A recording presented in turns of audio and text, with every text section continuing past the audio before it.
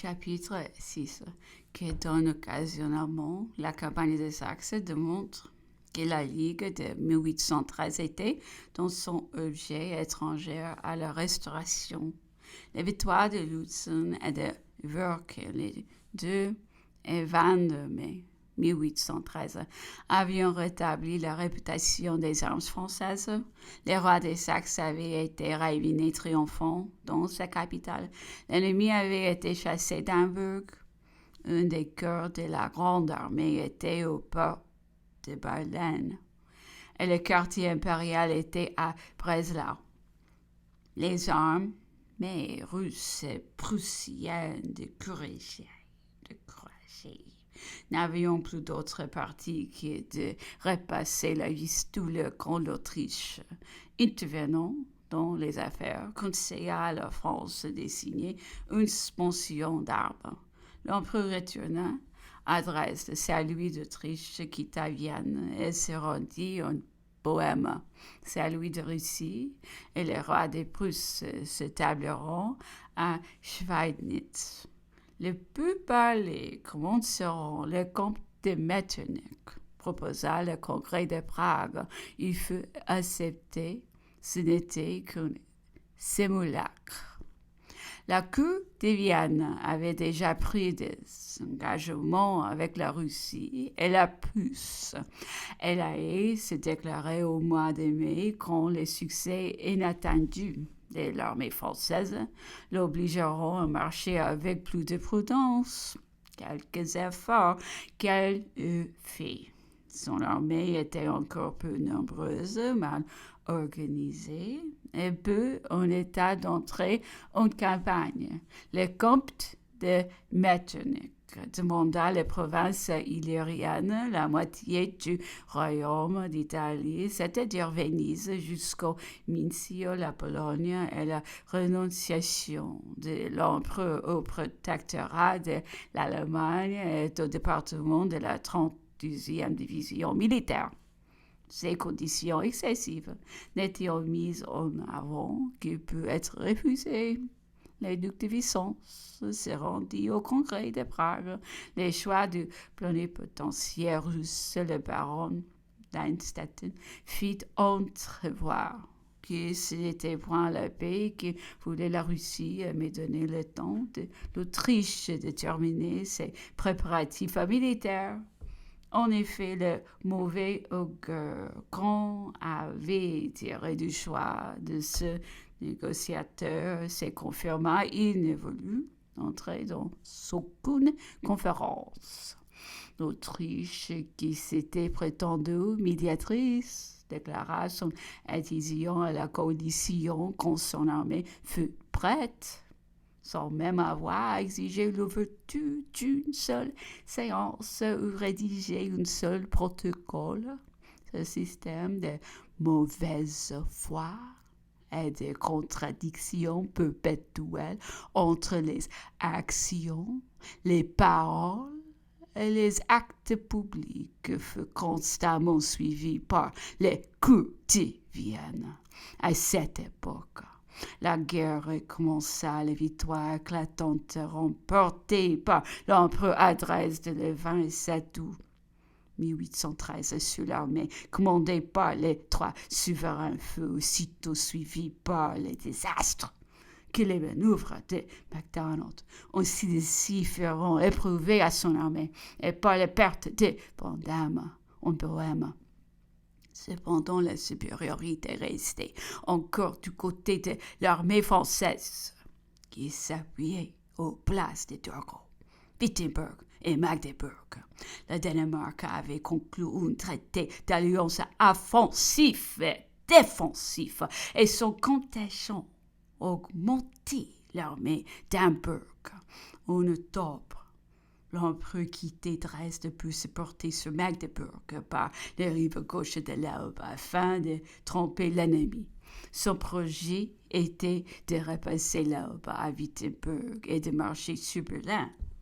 Plusieurs corps de l'armée étaient déjà arrivés à Wittenberg et les ponts de l'ennemi et des sauts avaient été détruits lorsqu'une lettre du roi de Württemberg annonça que le roi de Bavière avait subitement changé de parti et que son déclaration de guerre et avertissement préalable, les deux armées autrichiennes et bavaroises, cantonnées sur les bords de l'Aisne, s'étaient réunies en un seul camp, qui c'est 80 000 hommes sous les ordres du général d'Evrade, marchaient sur le Rhin, qui lui, contraint par la force de cette armée, était obligé d'y joindre son contingent et qu'il fallait se tendre et que bientôt 100 000 hommes seigneuries Orméance que les Bavarois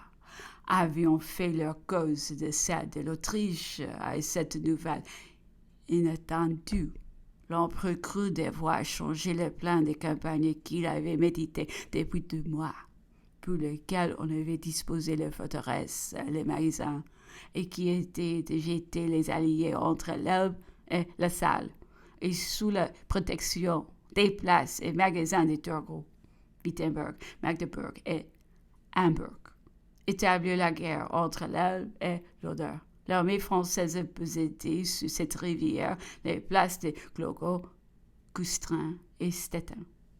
Et selon les circonstances, débloquer les places de la Vistule, Danzig, Thorn et Modlin.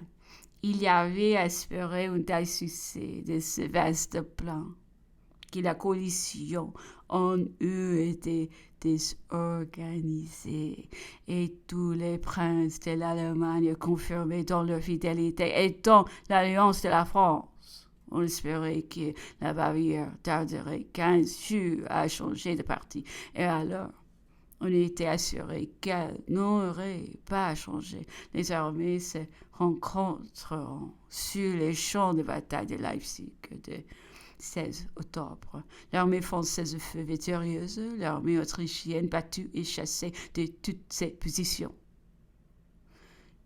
L'un des généraux commandant un des corps, le comte de Mühlfeld, fut fait prisonnier le 18 malgré l'échec éprouvé le 16 par le duc de Ragusa. La victoire était encore aux Français. Lorsque l'armée saxonne tout entière, ayant une batterie de 60 bouches à feu, occupant une position les plus importantes de la ligne, passa à l'ennemi et tourna ses canons contre la ligne française. En trahissant aussi, ennemi devait entraîner la ruine de l'armée et donner aux Alliés tous les honneurs de la journée. L'empereur accourut en toute hâte avec la moitié de sa garde, repoussa chassa de leur position les Saxons et les Suédois. La journée de 18 se termina, l'ennemi fit un mouvement rétrograde sur toute la ligue et prit ses bivouacs en arrière du champ de bataille qui resta aux Français. Dans la nuit, l'armée française commença un mouvement pour se placer derrière l'Ulster et se trouvait en communication directe avec Erfurt, d'où elle attendait les convois de munitions dont elle avait besoin. Elle avait tiré plus de 150 000 coups de canon dans les journées des 16 et 18. La trahison de plusieurs corps allemands de la Confédération, entraînés par l'exemple donné la vieille par les Saxons. L'accident du pont de Leipzig, qui sauta à contre-temps, firent que l'armée, quoique victorieuse, éprouva par ces funestes événements les pertes résultant ordinairement des journées les plus désastreuses. Elle repassa la salle au pont de Weissenfeld. Elle devait s'y rallier et attendre et recevoir des munitions d'Erfurt, qui en étaient abondamment approvisionnées. Lorsque l'on eut la nouvelle de l'armée austro-bavaroise, elle avait fait des marches forcées, elle était arrivée sur le Main. Il fallut donc marcher à elle le 300 octobre.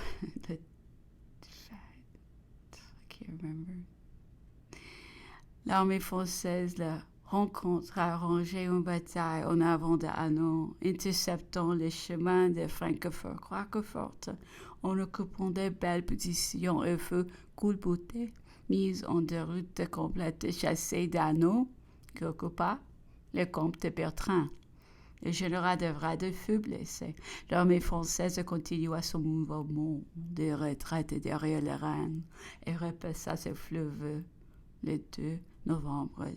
Des pupillés euront lieu. Le baron de Saint-Aignan fut à Francfort. Il eut des conférences avec le comte de Metternich, de Nesserode et Lord Aberdeen, et arriva à Paris porteur de paroles de paix sur les bases suivantes, que l'empereur renoncerait au protectorat de la Confédération du Rhin, à la Pologne et au département de l'Elbe, mais que la France resterait entière dans ses limites des Alpes et du Rhin.